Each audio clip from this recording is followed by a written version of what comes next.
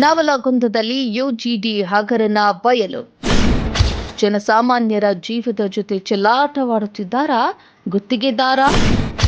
ಯಾವುದೇ ಅಧಿಕೃತ estimation copy ಇಲ್ಲದೆ ಸಾರ್ವಜನಿಕರ ತೆರಿಗೆ ಹಣ ಕೊಳ್ಳೆ ಹೊಡೆಯುವ ಆಸ್ತಿಯೇ?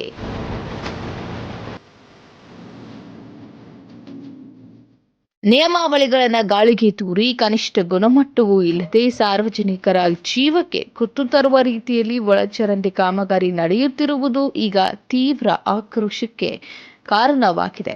ಹಾಗಿದ್ರೆ ಏನಿದು ಸ್ಟೋರಿ ಅಂತೀರಾ? ಇಲ್ಲಿದೆ ನೋಡಿ ಕಂಪ್ಲೀಟ್ ಡೀಟೇಲ್ಸ್.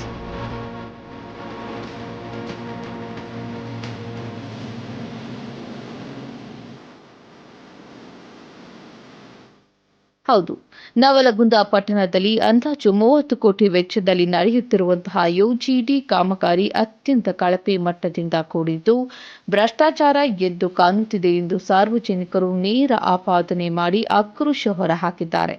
ಸದ್ಯ ನಡೆಯುತ್ತಿರುವ ಒಳಚರಂಡಿ ಕಾಮಗಾರಿ ನಿರ್ಮಾಣಕ್ಕೆ ಕಳಪೆ ದರ್ಜೆಯ ಇಟ್ಟಿಗೆ ಹಾಗೂ ಅಸಮರ್ಪಕ ಸಿಮೆಂಟ್ ಮಿಶ್ರಣವನ್ನು ಬಳಸಲಾಗುತ್ತಿದೆ.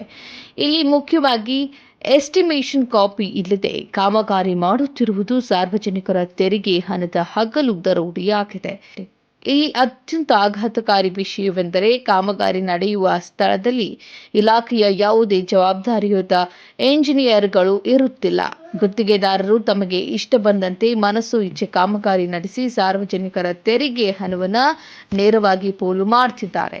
ಈ ಹಿಂದೆಯೇ ಈ ಬಗ್ಗೆ ವಿಸ್ತೃತ ವರದಿ ನಿಮ್ಮ ನ್ಯೂಸ್ 88 ಕರ್ನಾಟಕದಲ್ಲಿ ಪ್ರಸಾರವಾಗಿದ್ದರೂ ಸಹ ಅಧಿಕಾರಿಗಳು ಎಚ್ಚೆತ್ತುಕೊಂಡಿಲ್ಲ. ಇದು ಜನಪ್ರತಿನಿಧಿಗಳು ಹಾಗೂ ಗುತ್ತಿಗೆದಾರನ ನಡುವಿನ ಒಳ ಒಪ್ಪಂದಕ್ಕೆ ಸ್ಪಷ್ಟ ಸಾಕ್ಷಿಯಾಗಿದೆ. ಕೋಟಿ ಸಾರ್ವಜನಿಕರ ಹಣ ಪೋಲಾಗುತ್ತಿರುವುದನ್ನು ತಕ್ಷಣವೇ ತಡೆಗಟ್ಟಬೇಕು.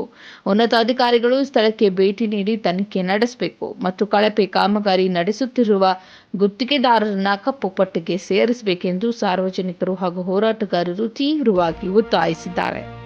Special bureau news 88 Karnataka, Navalgund.